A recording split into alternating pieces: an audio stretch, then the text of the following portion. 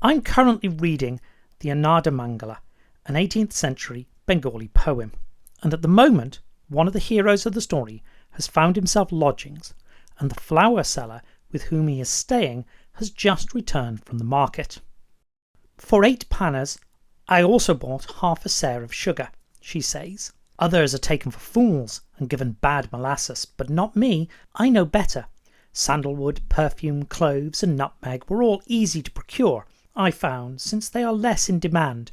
With some trouble I chanced upon some clarified butter, after searching the market top to bottom. One must take it at the price that is asked. With that there is no bargaining." What are we, as historians, to understand from this? Was ghee, clarified butter, in short supply in late Mughal India? I don't think so, and you probably shouldn't either. You see, this is a story, a work of literature, and no one ever just buys something, or just goes to the market, or in fact, ever just does any mundane task. When we find mundane tasks in stories, they are there for a reason, and we should always be very careful about using those mundane details as historical data if we don't understand what that reason is. This episode is not going to be about the Annadamangal. I don't feel I understand the incident in the story well enough to comment on it. By all means, if you know the story, feel free to offer a thought in the comments below on what this incident is about, but I'm not going to cover it today. Instead, today, I'm going to talk about a purchase in a very different sort of story and what literary function it serves there. Today, I'm going to talk about why hobbits have money. Just in case you don't know, J.R.R. Tolkien wrote 2 famous fantasy works, The Hobbit and The Lord of the Rings, which between them tell a mythical story partly inspired by his professional interest in old Germanic tales.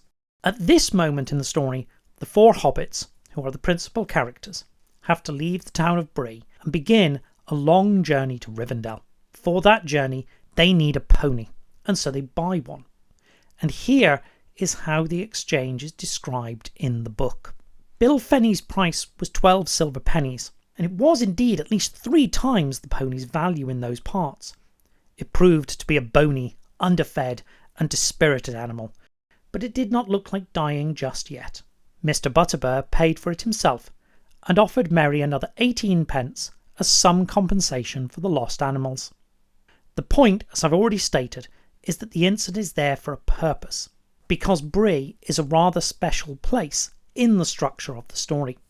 The hobbits have left their home, the Shire, to bring something to Bree.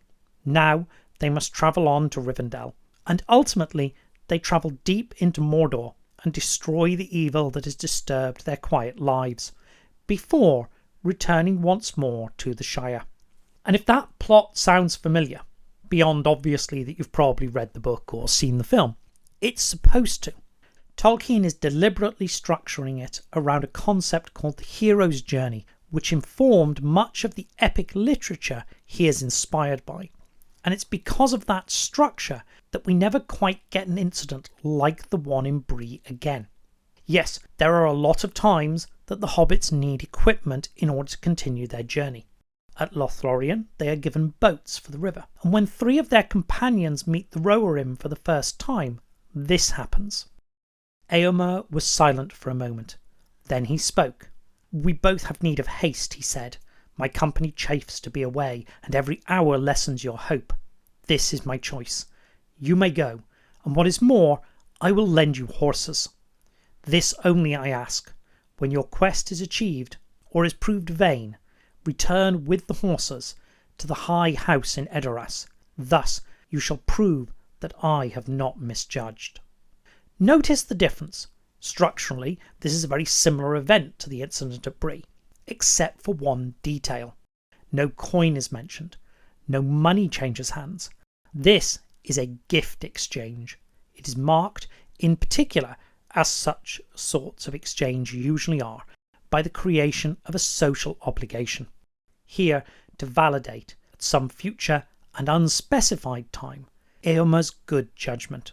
A reciprocity which does not equate the two services as of equal value, nor require their immediate reconciliation. Technically, of course, the exchange at Bree was also a gift, but it was executed with money, and it depended not on an abstract social function, but on concrete notions of value. These represent two very different types of economy, which are being set up for literary effect. Monetary exchange through coins at the beginning and end of the story, and gift exchange in the middle. Neither of those are the economies of the world the author lived in. They are both illusions, the coin-based monetary economy harking back to the historical medieval world of Europe, and the gift economy to the literary world of epics like Beowulf, and thus indirectly to the societies in which those works were composed. And, of course, in doing so, they mark out two distinct worlds in the story, with Bree as the threshold between them. The mundane world of the Shire, which the hobbits must leave, and to which they will ultimately, transformed by their adventure, return, and the heroic world into which they venture. Precisely because Bree is the threshold, it is important that at this moment the hobbits do something that reminds us of the mundane world, the world they are leaving, to mark the threshold. And in case you are rushing to the book to check, yes, on their way back, they stop at Bree again, and having been separated from the pony a long time ago, they discover it had made its own way back to Bree, and had been cared for and nursed back to health. But this time, though a prior monetary exchange is referenced, there is no suggestion that money should change hands for the care. As we move across the threshold from the heroic to the mundane, we are again reminded of the gift economy that underpins the world they are leaving. Obviously, these few asides on money are not doing all of the heavy lifting on their own. The book already makes perfectly clear the difference between the mundane world and the heroic one in a whole variety of ways, and Bree's role as threshold is well established. Rather, the mundane incidents simply reinforce and are shaped to fit the narrative structure. And it's fairly clear that this was deliberate, if not completely conscious, on Tolkien's part, because he did exactly the same thing in his other work, The Hobbit. The first encounter in a series for the protagonist Bilbo is the defeat of 3 trolls. The troll's treasure, which specifically contains coins, is buried for later recovery, and is, in fact, recovered on the return journey. In that story, the troll's treasure is fairly minor, beyond its role as threshold in the narrative. The real prize is the treasure of the dragon Smaug, which is recorded by Tolkien in some detail. Beneath him, under all his limbs and his huge coiled tail, and about him on all sides, stretching away across the unseen floors, lay countless piles of precious things, gold, wrought and unwrought, gems and jewels, and silver, red stained in the ruddy light. Notice what's missing? And coins were actually mentioned in the original draft. We know Tolkien deleted the reference on revision. Yes, even though there are things I struggle to get translations for in South Asian history, there is a full critical edition, actually I think there's 2, of The Hobbit. Beyond that hobbits need money so we notice when they don't use it, the point is that literature is not history. We need to be really careful with it. To bring us back to the book I am currently reading, the Annadamangal, when we read a description of a market, and particularly of the oppressive prices, scarcity, or sharp practices, we are not looking at a transparent window into the historical setting. It's not that an author is always just making up the mundane economics of the story, as of course Tolkien was. It's that even when a description of something mundane rings true, as it does in what I'm currently reading, it's there for a reason, and until you understand what that reason is, which is as much a matter of literary criticism as it is of historical reasoning, it is a very dubious piece of data. Historical sources do not so much speak to us as yield only under long interrogation.